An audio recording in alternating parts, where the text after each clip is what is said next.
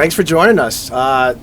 Tonight we're going to discuss a very important topic here in Wolfeboro, and it's great you could all join us. I have next to me the fire chief, Tom Zotti, and just as my last name is hard to say, Freudenberg, I'm not going to butcher Ray's last name, so Ray. It's Dr. Ray Stolarski. There we go. So we're lucky to have these two gentlemen here to talk about a very important issue affecting Wolfeboro and the coming March election. And it's really, we're going to dive right into it, but it's Wolfeboro's ambulance service, and for years we've had Stewart's Ambulance has provided a valuable service to the town of Wolfeboro, but in recent years have been developments with ambulances all over the country, and these two gentlemen are here to talk about the forward-looking approach of the ambulance service here in Wolfeboro. So we'll jump right into it, and the chief, you want to take off on this? I think you pretty well summed it up right there. Actually, Doc usually takes the introduction. Okay. Well, about a year ago, about this time, we were tasked with a committee to make a determination regarding the ambulance. And the committee was made up of a group of members. I was the chair. Justin Brown was the vice chair. Two of the select board members, Brian Deshay and Paul O'Brien, were on there. Bob Tuffer and Bob Lohman from our budget committee. Catherine Carpentier, the assistant town manager, was part of it. The fire chief as well. Tim Gathram was the union rep from the fire department. And James Dearborn was the alternate citizen rep. Also, as a alternate for the fire chief was our deputy chief, Nate Nichols. And we were tasked with making a determination whether the fire department should take over the 911 service for the ambulance for the town of Wolfeboro, or whether it should be continued with a private ambulance service for operations within the town. Sure. At this point, it's probably helpful to reiterate how we got to where we are. Back in the spring of 2023, I reached out to Stewart's Ambulance to discuss renewal of the contract that was then in effect, and shortly thereafter they responded by saying they weren't interested in renewing. As you might imagine, that set off a little bit of a scramble. And what we started considering was, how we would move forward after the expiration of the contract. The town elected to move forward with an RFP, a request for proposals, which was sent to, I think, a dozen private ambulance providers around the state. Two responded. The numbers of the cost of the contract as they responded kind of set off alarm bells, and we did some internal review and had some conversations with the town manager and the Board of Selectmen, and felt that it might be appropriate to at least put a plan on the table for a fire-based ambulance service going forward. Those numbers were shocking, too. They were significant. Yeah. At the time, the last year of the old Stewart's contract, we were paying, in round figures, $276,000 to Stewart's to have ambulances available in town 24/7. The numbers that came back ranged from the high 900,000s to over $1 million per year, and they went up from there.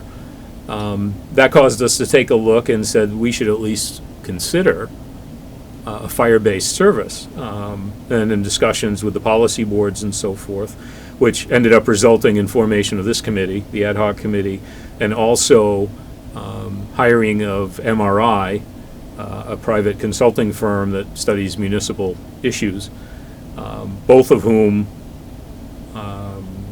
met, discussed, looked into it, discussed their findings, and both groups essentially came to the same conclusion, that it would be appropriate for the town to begin a municipal operation through the fire rescue department at the end of 2026. And then what the committee then fleshed out is what we'll discuss a little bit here today, is the how that would look, what the proposal actually consists of, and how much we anticipate it would cost. The basic issue, I think, statewide and even nationally is there's a problem. Private ambulance providers, in many cases in New Hampshire, have essentially closed on short notice, leaving those communities they serve in a bit of a quandary, as you might imagine. Not too many years ago in Littleton closed, and the town literally had 30 days notice.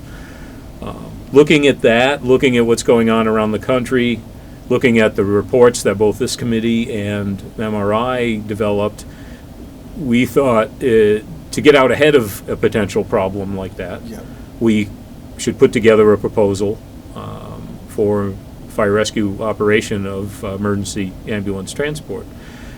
Anybody who's been watching the news over the last year or so probably has seen references to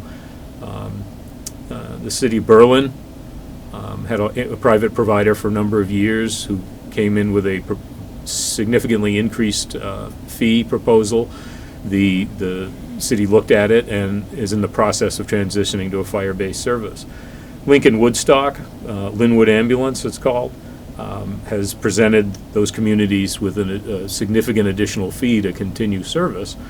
I'm not sure where that stands right now today, but it's the same issue. It's because what I've heard is but I think you used this before too in meetings, that there's still a lot of money in transport, but that's really where the money for ambulance services, for the private ambulance service, there's money in, hospital transport. Transfer.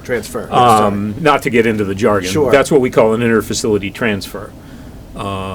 Stewart's has a long-term contract with Huggins Hospital for interfacility transfers. If someone goes to Huggins either by ambulance or privately and needs to be transferred to another facility, say Catholic Medical Center for some kind of cardiac issue, or trauma to Portsmouth or some other hospital, Stewart's has the contract to then deliver that patient to that facility. Historically, in generalities, the money has been in the interfacility transfers, and the 911 service is kind of a break-even. What we're seeing now is, regardless of the situation with the interfacility transfers, the 911 service tends to lose money. Sure. And the providers are either going back to the communities and asking for an additional fee to make up the difference, or closing, or what have you. And again, I think the committee felt, and the MRI study feels, that in order to get out ahead of that and not find ourselves in a lurch potentially, we would put together a proposal that we'll discuss here today. And then the committee met for approximately 22 weeks on a weekly basis, and we considered all of our options with this. It was brought up about regionalization as far as continuing with the private service, going with the fire department and what it would encompass. So the committee's findings was a phased-in plan working with Stewart's to a fire-based ambulance service starting in 2025 and working up to the complete transition that would occur right after December 31st of 2026.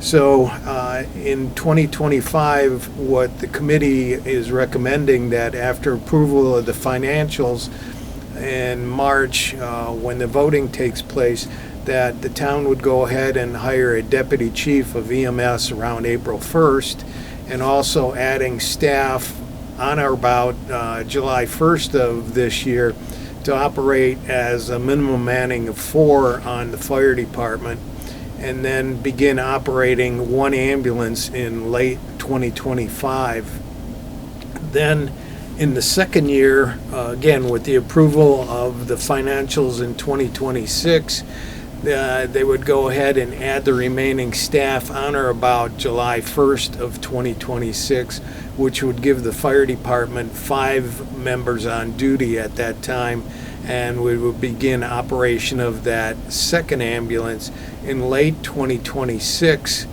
and commence the full ambulance service as of January 1. During that time, Stewart's would work with us, and they would be transitioning during that time, and they've given us that 2-year ramp up, which is significant for us in order to take over the ambulance service, as opposed to the other situations that towns have had to face where they were dealing with 30 days, even some less than that. So it gives us a good on-ramp to take over the service. One of the obviously big issues with this is it's a big lift financially, initially at least. Obviously, there's as Doc says, a ramping up period where the town would have to invest in the capital costs of the actual ambulances and equipment and the personnel to operate it. So in 2025, what the voters will see in front of them is a proposal to raise a little over $816,000. What that would do for us would give us the funds to hire the deputy chief of EMS approximately April 1st, add 3 new firefighter EMS providers approximately July 1st, a car, an intercept vehicle for the deputy chief of EMS, would purchase a used ambulance with the equipment and add enough money to the budget to cover the cost of the operational expenses, uniforms, fuel for the ambulance, that sort of thing. Again, that totals about $816,000. In the interest of transparency, we made sure that we laid this out over the 2 years. Long story short, the legal counsel for the town and the Department of Revenue Administration have both advised that we can't ask for all the money in 1 year, because it includes operational money and so forth. So in the interest of transparency, we wanted to make sure that we spelled out in 2025, here's the request, 2026, here's the request. So in 26, we would be looking at the cost would include a full year of that deputy chief, a full year of the 3 additional firefighter EMS providers, would include 3 new additional firefighter EMS providers on or about July 1 of 2026. We would purchase a fully equipped new ambulance and obviously add the operating funds for that. That totals about $1.4 million. We have applied for a federal grant that would, if we're successful, cover the cost of the new ambulance and the equipment for that ambulance. That's just shy of $560,000. The timing of the grant is such that we won't necessarily know if we're successful until possibly as late as Labor Day, which is why we've proposed to use that grant for the 2026 cost. The performance period would allow us to be able to present the additional financial impact in 2026, and if we're successful, show it offset by $559,000 worth of federal grant, which obviously brings the number down substantially. But again, in the interest of full disclosure, we said this is what it would cost if we get any grants that we continue to apply for. It would obviously help offset that. In 2027 would be essentially the first full year of operation with all those additional staff and the 2 ambulances, which would total approximately $1,105,000. The cost in 2027, if this is successful, by then we would start to see the revenue side of the equation for the cost of the ambulance transports.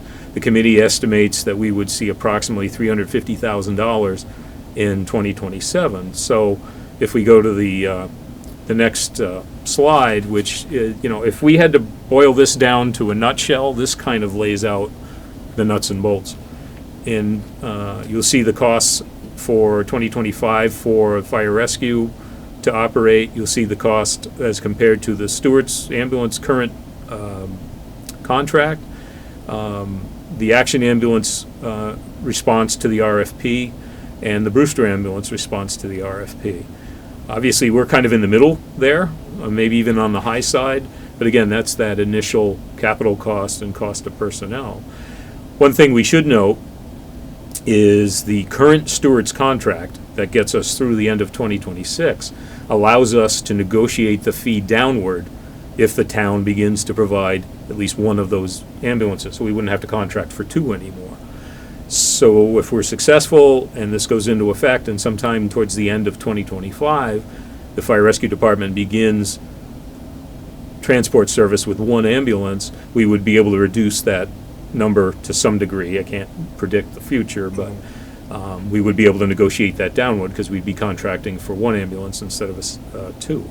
In 2026, kind of the same thing. You see the maximum cost, if you will, for the fire rescue proposal. Again, hopefully, possibly offset by grants to some degree. The cost of the Stewart's contract in 2026, which is a maximum cost. Again, we could, if we're successful, negotiate the downward sum. You see the cost of the two private contracts. In 2027, obviously, everything running it out that far, the cost to operate through fire rescue, about $1.1 million, to be offset by about $350,000 in revenue, nets out at about $755,000, which is significantly less than the two private proposals that we received during 2023. We have, as a committee, we have reached out to those contractors and indicated, if this plan doesn't come to fruition, would you consider responding to another RFP?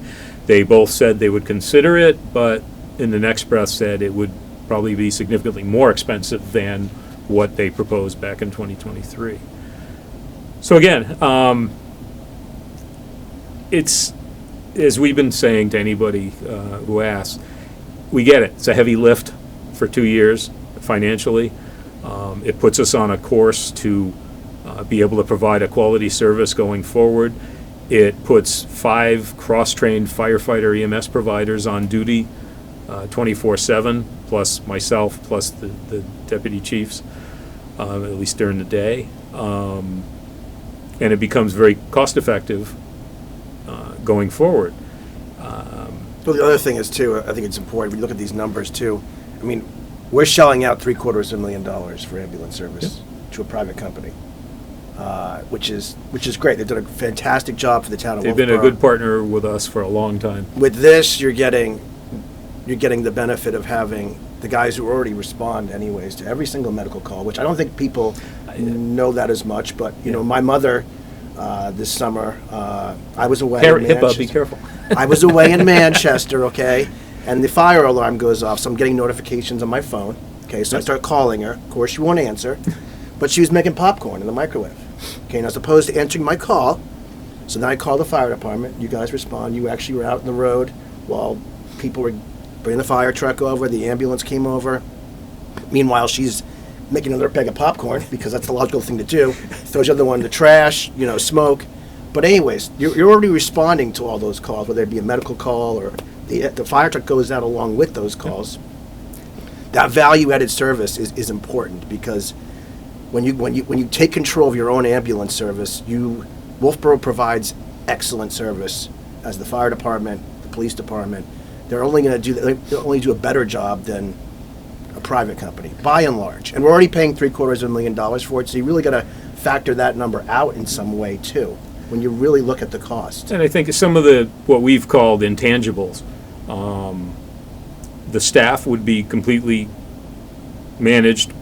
They would be town employees. We would control level of training, level of certification, any issues that arise. Not that happens a lot, but it could conceivably happen. They're in our control. We can, if there's some remediation or something, we feel we're struggling a little bit with certain treatments and so forth, we can arrange for additional training and do that sort of thing. Plus, with the individuals that we would have on duty at that point in time, we don't have that right now. We have 3 on duty, and then we get the 2 from Stewart's on the ambulance. Mm-hmm. If they go on a fire call at the present time, the individuals from Stewart's aren't going in and working on the fire. They're there in case someone gets hurt. Whereas when we make this transition, we would have 5 on duty, and it would be they're all cross-trained. They would be doing both jobs, so we get that added benefit. Yeah, and I think it's important too, and you touched on it, as we've done some of these presentations, something we take for granted, we in the town, the fire service, is that people understand kind of the model that we operate on. We are what's called a first response emergency medical service. We respond with the tone when a 911 call comes in. We have the same level of training as the ambulance providers, but what we don't do is transport the patient from their home or wherever the scene is to the emergency department. The town has had that model in place for 30-odd years with the fire rescue department, and even before that with the separate Wolfeboro Rescue Squad. It was the same concept. The major change here, obviously, would be the actual transport of the patient from their living room, if you will, to the emergency department. And again, I think there are a number of benefits that go along with the cost effectiveness in the long run. Like I said, the ability to have 5 cross-trained firefighter EMS providers on duty 24/7 is huge. We would adjust our response to the level of acuity of the call, similar to what we do now. But for example, it's not unusual to have a medical call or even an EMS alarm, a medical alarm, a pendant, or one of those devices come in from somebody's residence. Well, all the doors are locked. Mm-hmm. The ambulance provider, the ambulance personnel have no equipment, some may, but generally no training on how to force entry. We have to do that on occasion. It may be as simple as trying a couple of windows, mm-hmm. but often it involves throwing a ladder maybe to a second floor to find an open window, and obviously in the worst case we'd have to break something, which we try to shy away from, but there are those types of things that would be self-contained, if you will. The committee, what they were looking for was ultimately the fact that when you call 911, we want to make sure that there's an adequate response and that we never living in the town, have to worry that the response is not adequate in nature. And so this recommendation gives us optimal pre-hospital care, and the control of it is for the citizens as well as the visitors within the town of Wolfeboro. And we're working on what we call a transitional approach, because we're getting that 2-year period of time that Stewart's is willing to work with us. And I think that's a blessing in disguise, because other towns haven't had this luxury. And so I consider it a luxury that they were willing to do that. They notified us that they weren't going to participate in this anymore, and so it gave us the incentive to look at what our options are. And like we talked about, improved resources, because we have better control, and then the manpower that we're going to have will be that cross-train. And overall, we saw the numbers that in the long run, after we get through those first few years, that this will be the better financial value that's given to us. So the committee, when they made their conclusion, we presented it to the Board of Selectmen that they would incorporate articles at the town meeting for 2025 for a fire-based ambulance service run by the Wolfeboro Fire and Rescue Department. This was completed, and the Board of Selectmen voted 5-0 in favor of this. We then went on to the Budget Committee and did the similar presentation as we've done here tonight, with the same recommendation that the fire department should take over the ambulance service with that transitional approach. And they in turn voted on it in a 10-0 approval to go ahead with it. So our transition would be completed December 31st of 2026. In that interim, we're hiring the Deputy Chief of EMS, who has a critical position because that individual will head up the training, the oversight, the QA and QI, as well as the regulation for the ambulance services to meet the state requirements, as well as to oversee the full implementation of this.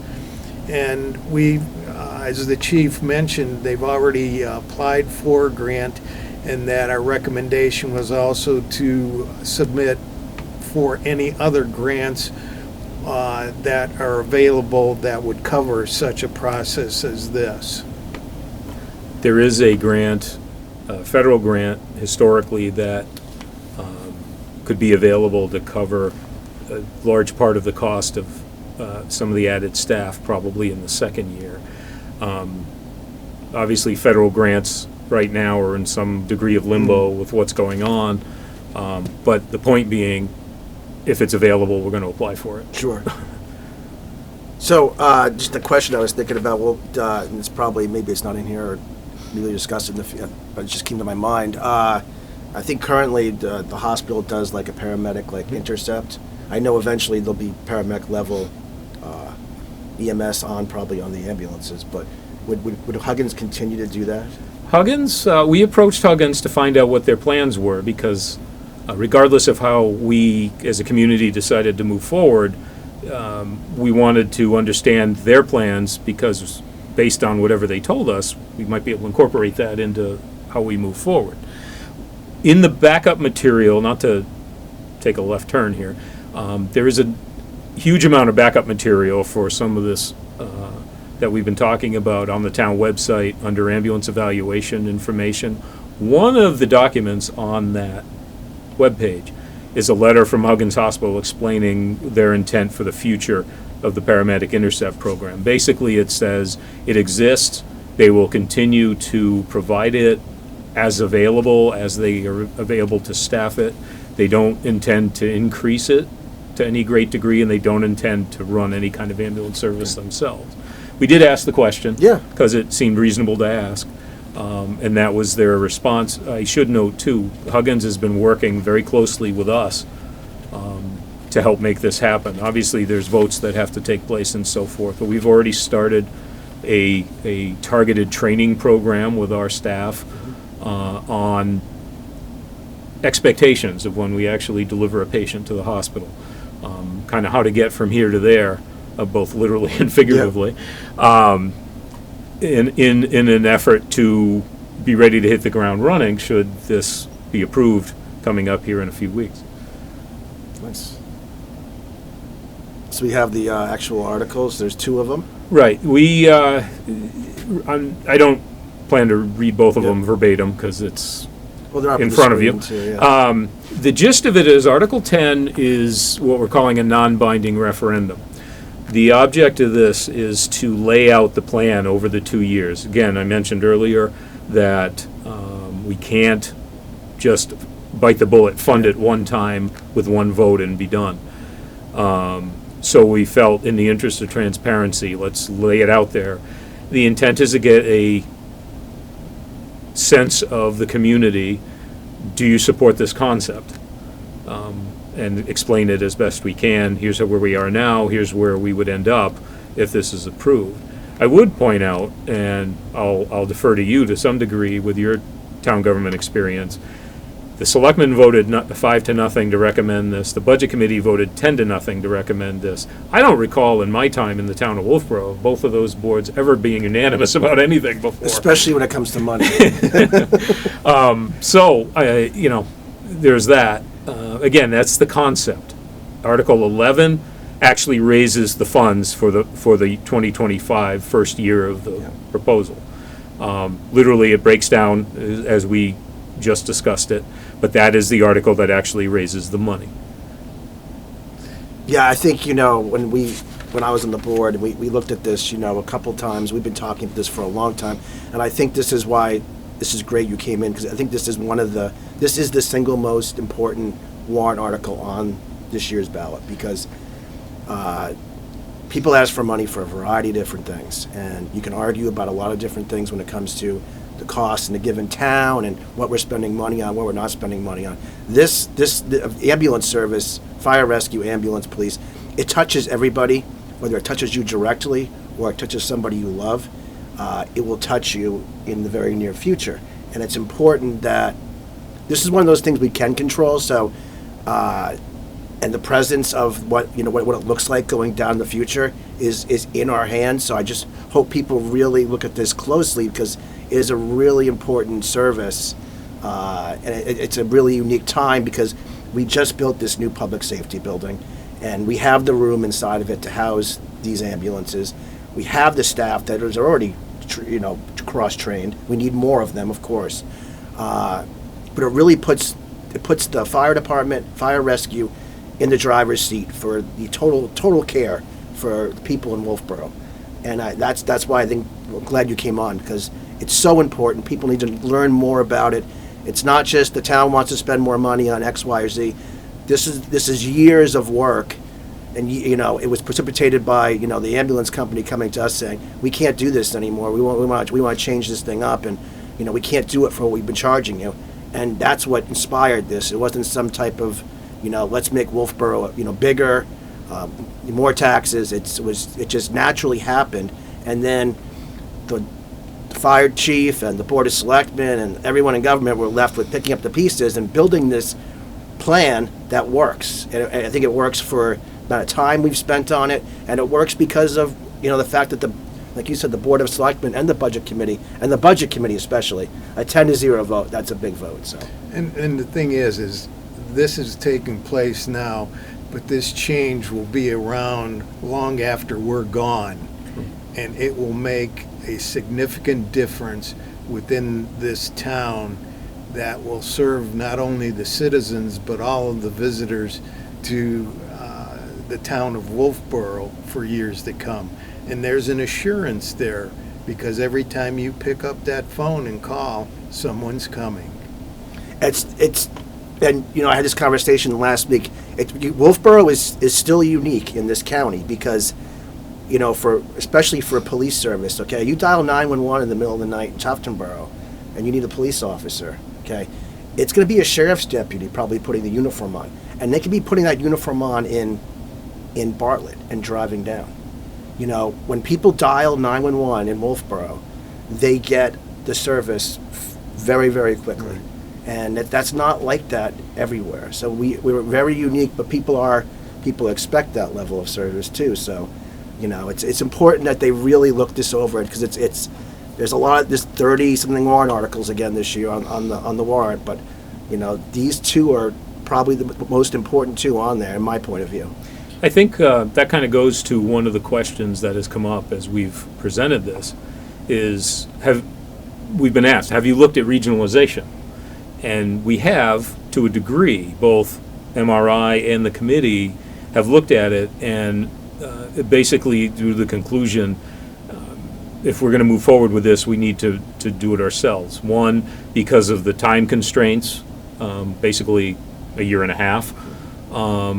Understanding that any kind of a more regional approach would involve a 2, 3, 4, however many other town governments that are all going to have to come together and agree on how this is going to be, how it's going to look moving forward, how it's going to be financed, who's going to cover what percentage of the cost, where are these ambulances going to be housed.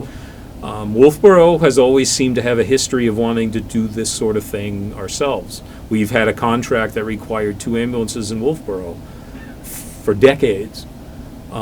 We would conceivably, under a more regional approach, lose some degree of that ability to say, this is what we want for our taxpayers and our visitors and our residents.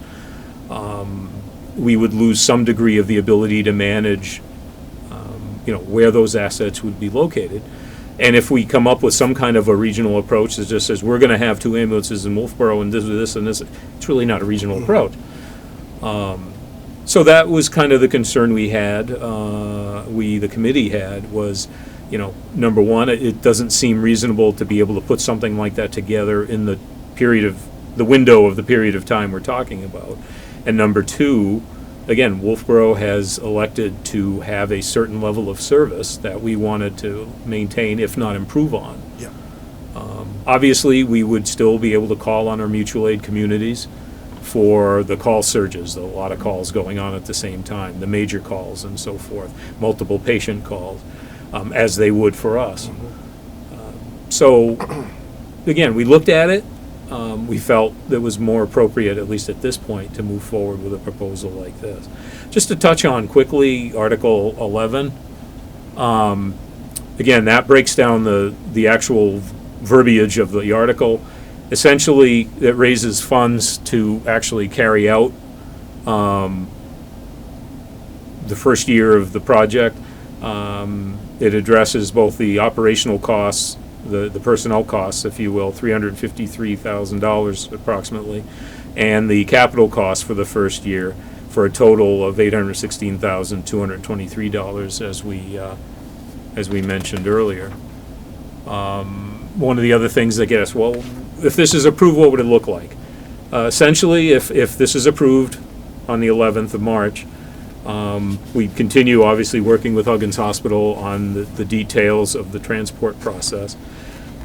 We would finalize our accounts with the Centers for Medicare and Medicaid Services and the New Hampshire state licensing process and so forth, which isn't overly onerous. We would have to change our license as a community from a non-transport license to a transport license. At some point shortly thereafter, we would issue a request for proposals to the billing companies who do ambulance billing. That does come up on occasion that, well, couldn't we train somebody in-house? Well, we could, and that's done in some places, and there's nothing particularly wrong with that, but in my view, we want it to be sustainable. We could send somebody to school, train them up on the coding and all that kind of things, and then they're out on accrued leave, they're out on sick leave, take another job in another community maybe. Everything kind of grinds to a halt. So we felt that the best approach would be to contract with a firm who just does billing.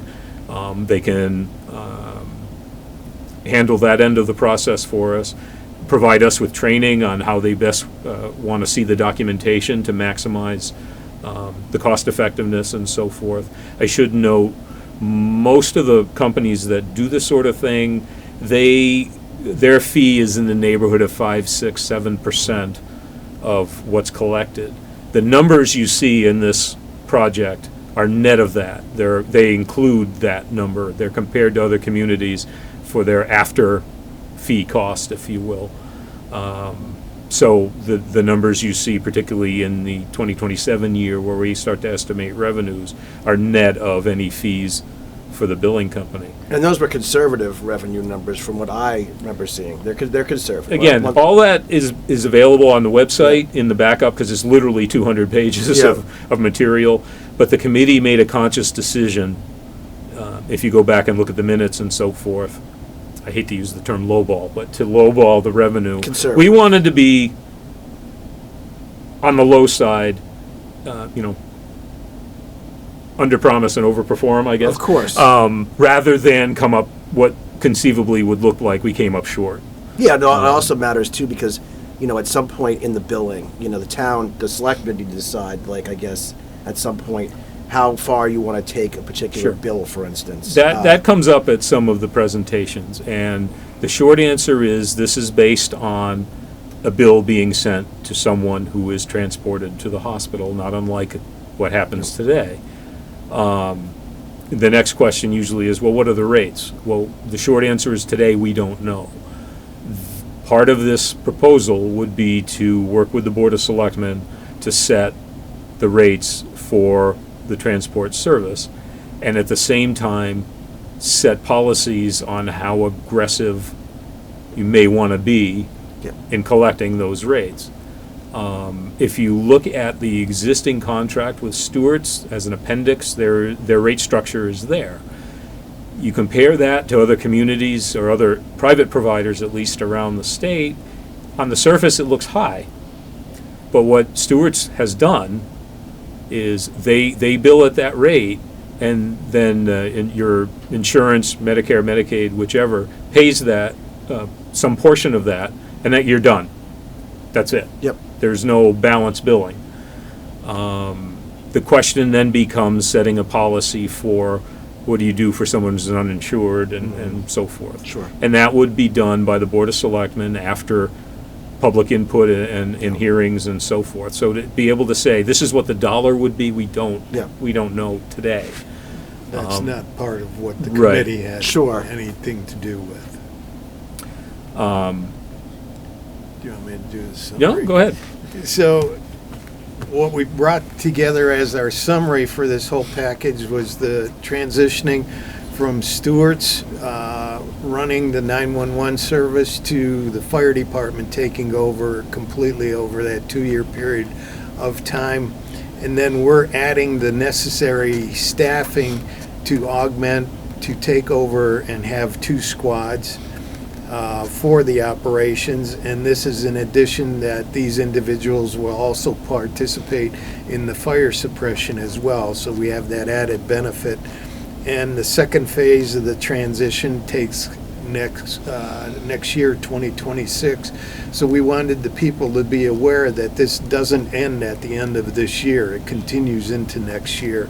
And so right now what we're asking with this article is that we would raise $816,223 to begin fire-based ambulance service as of this year, transitioning again in 2026 and taking complete control as of January 1 of 2027. One of the things that has come up, and is probably appropriate to emphasize a little bit, the numbers you see before you in both warrant articles, but particularly Article 11, which actually raises the money, is separate and distinct from the fire rescue budget. What we did to develop it was we mirrored the fire rescue budget as far as operations, salaries, benefits, everything, and basically created a separate budget to reflect the additional staff for ambulance operations, uniforms, training, everything we would normally include in an operational budget, and broke it out separately from fire rescue. So the number you see, the 816,223, literally is soup to nuts for that additional staff and the operation of the ambulance, and is really distinct from the fire rescue budget, which probably leads into the question that comes up, well, what happens if one or both of these doesn't pass? To answer that, if, for example, Article 10, the non-binding referendum, passes, but Article 11, the actual funding, doesn't, then we have nothing to work with in terms of money, and we would have to meet with the Board of Selectmen and decide the path forward. Most likely, it would include, later in the year, issuing another RFP for private provider to see where that leads us, and presumably, again, I say presumably because this is a Board of Selectmen decision, not a fire rescue decision in and of itself. And, be prepared to have another private provider take over at the end of the steward's contract. If Article 10 failed and Article 11 passed, it's a bit of a mixed message. But in the end, the taxpayers voted for the money to start the project. We would, I presume, again, meet with the Board of Selectmen and discuss a sense of what that result means. I mean, it is conceivable that we could raise the money, but there doesn't appear to be enough support there to move forward. The board could elect not to pursue that. Not to overcomplicate it or anything, but at the end, if they both pass overwhelmingly, well, there's a message that they could both conceivably be defeated, and we would work towards continuing with a private provider. But that private provider will be under a new RFP. Correct. Which the numbers that we presented, that is the old RFP. So if they look at those numbers, they can figure that it's going to be much, much higher than what was posted on there. Yeah, I know we just came through a year of a default budget, and we may get another default budget this coming year. I mean, that's the world we live in. I think people would be foolish not to could really consider what these two articles really do for the town. And it's a lot of work. And not only is a lot of work going to something like this, but a lot of thought. And it's really in the, you can look at like the politics of different warrant articles. There's really no politics in this. This is what was presented to the town years ago. The committee's worked through it. The chief has worked through it. The board of selectmen's worked through it, and these are the numbers. And the real question is what kind of level of care do the citizens of Wolfeboro want? And I think they want the same level of care that they've always had, and that's 2 ambulances on. Stewart's provided that to us, and the only way we're going to get that in the most cost-effective and conservative way is to do it ourselves going forward. It makes the most sense. If we had a fire department that was lackluster in response and people had a distaste for it, we don't have that. We have excellent services in this town, whether it be police or fire. And when Wolfeboro takes over EMS, it'll be another excellent service that you can trust that when you make that call, somebody's going to be coming that really has your best interest in mind too, because it's such a small community. It's nice when the fire department shows up. Everybody, and ultimately they're not always responding to the best of circumstances, right. But they take that in mind, and it's that trust you provide. In some ways that makes it hard, because there's a reasonably good chance that either you or somebody on the staff that's responding knows these people that are involved, which, it works in a lot of directions, which is good because obviously you care about these folks, you know them, you want to do what's best for them. But it makes it hard from a provider perspective, is that, obviously we don't get calls because people are having a good day. No. It's usually something has gone very sideways. Yeah. And, what we come away with is some degree of satisfaction that, we took a bad situation and did our best to mitigate it, make it, in many cases, make it better, and or at least be able to provide a level of assistance that didn't contribute to it being any worse. And we're able to provide a level of support to that family, those folks who suffered some sort of a loss. Yeah. And we did the committee worked so that it doesn't benefit certain individuals. It benefits everybody in this community. Well, thank you for coming on. And I think if people, stay involved between now and March 11th is very, very soon around the corner here, so it'll be in election time. But if people have questions, they can certainly reach out to the chief. He's available.